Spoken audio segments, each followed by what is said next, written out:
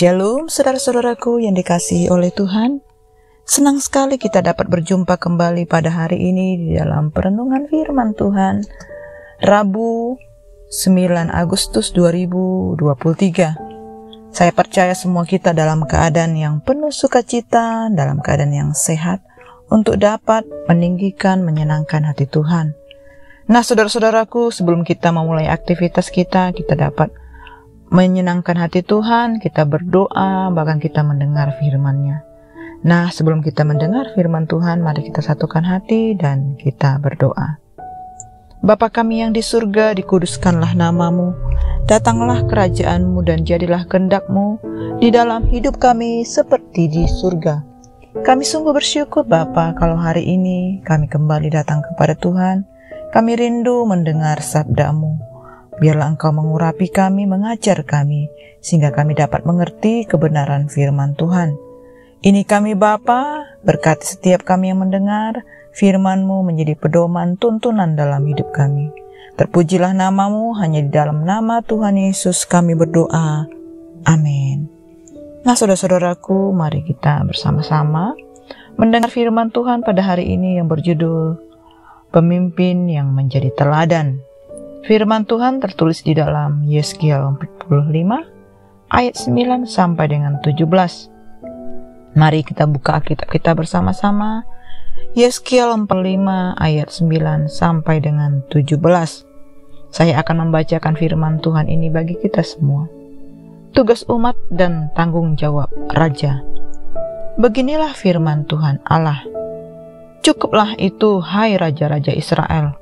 Jauhkanlah kekerasan dan aniaya, tetapi lakukanlah keadilan dan kebenaran. Hentikanlah kekerasanmu yang mengusir umatku dari tanah miliknya. Demikianlah firman Tuhan Allah. Neraca yang betul, eva yang betul, dan bat yang betullah patut ada padamu. Sepatutnya lah eva dan bat mempunyai ukuran yang sama yang ditera, sehingga satu bat isinya 10 homer, dan satu eva ialah 1/10 homer juga. Jadi menurut homerlah ukuran-ukuran itu ditera. Bagi kamu 1 sikal sepatutnya sama dengan 20 gera.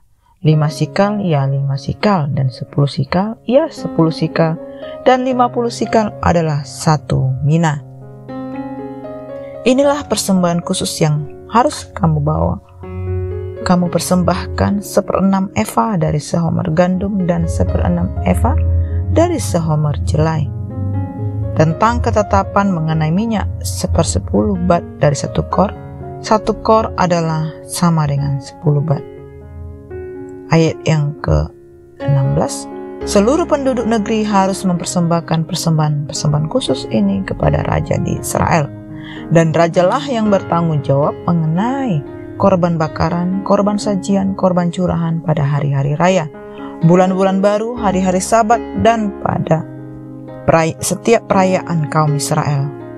Ialah yang akan mengoleh korban penghapus dosa, korban sajian, korban bakaran, dan korban keselamatan untuk mengadakan pendamaian bagi kaum Israel. Amin. Nah saudara-saudaraku, kita sudah membaca sebagian dari pasal 45 ini, yang merupakan bagian dari penglihatan Nabi Yeskiel di sekitar bait suci yang baru, di mana Allah hadir dengan kemuliaan dan kehendak-Nya. Agar kemuliaan dan kehendak Allah menjadi nyata, Yeskiel mengingatkan para pemimpin Israel, terutama raja-raja Israel, akan segala tanggung jawabnya di dalam pengelolaan persembahan umat Israel. Seorang raja bagi bangsa Israel pada zaman dahulu merupakan sosok pemimpin yang penting dan menentukan serta mempengaruhi kehidupan umat Israel di dalam menjalani hidup selaku umat pilihan Allah. Jika imam adalah juru bicara umat kepada Allah dan nabi adalah penyambung lidah Allah kepada umat, seorang raja Israel adalah juga yang dipilih rakyat ataupun atas kehendak Allah yang memainkan peranan penting dalam ibadah Israel. Raja diurapi untuk memegang tumpuk pemerintahan atas nama umat dan harus menjalankan pemerintahan dengan penuh tanggung jawab. Bila sang raja berinteraksi dengan Allah secara baik, menjalankan tugas dengan penuh tanggung jawab, seluruh bangsa akan merasakan dampaknya atau pengaruhnya. Tugas raja adalah mengelola keadilan, mengelola pemerintahan masyarakat, militer maupun sumber daya alam untuk dikelola secara baik dan tercapainya kesejahteraan di dalam bermasyarakat. Saudara-saudaraku, karena raja adalah pemimpin, maka cara hidup serta keputusan-keputusan yang diambil atau dilakukan haruslah menunjukkan sikap yang membawa orang kepada kebenaran dan keadilan yang Allah kehendaki. Nabi Yeskiel memiliki peran sebagai pemimpin, terutama kepada Raja Israel, bukan untuk memeras rakyat, melainkan mengupayakan kesejahteraan, menegakkan kebenaran ataupun keadilan, demi menopang ibadah umat kepada Allah.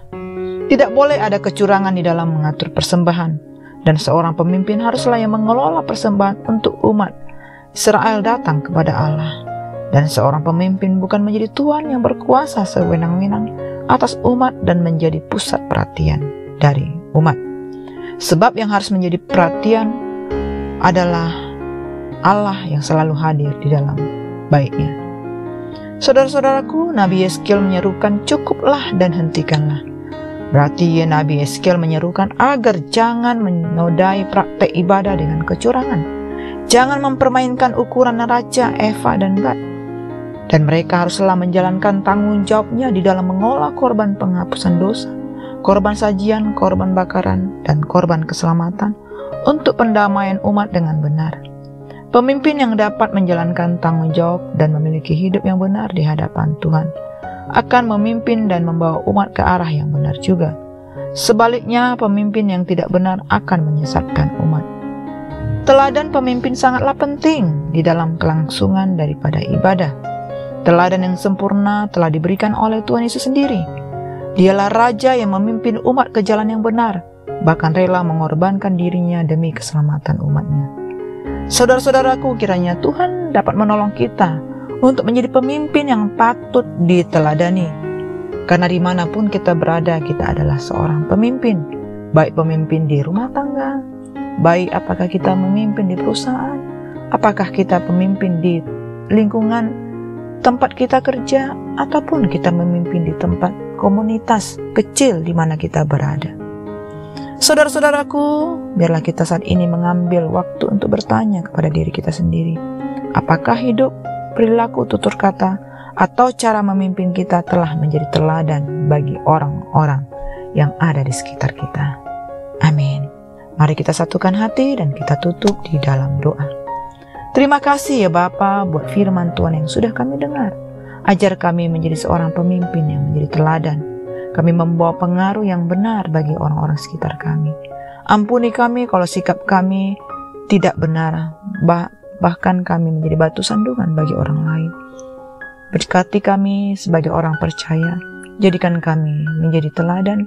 Jadikan kami menjadi pelaku firman. Terima kasih Bapa, hanya di dalam nama Tuhan Yesus kami berdoa. Amin. Semangat pagi, terus berkarya dalam Kristus. Tuhan Yesus memberkati.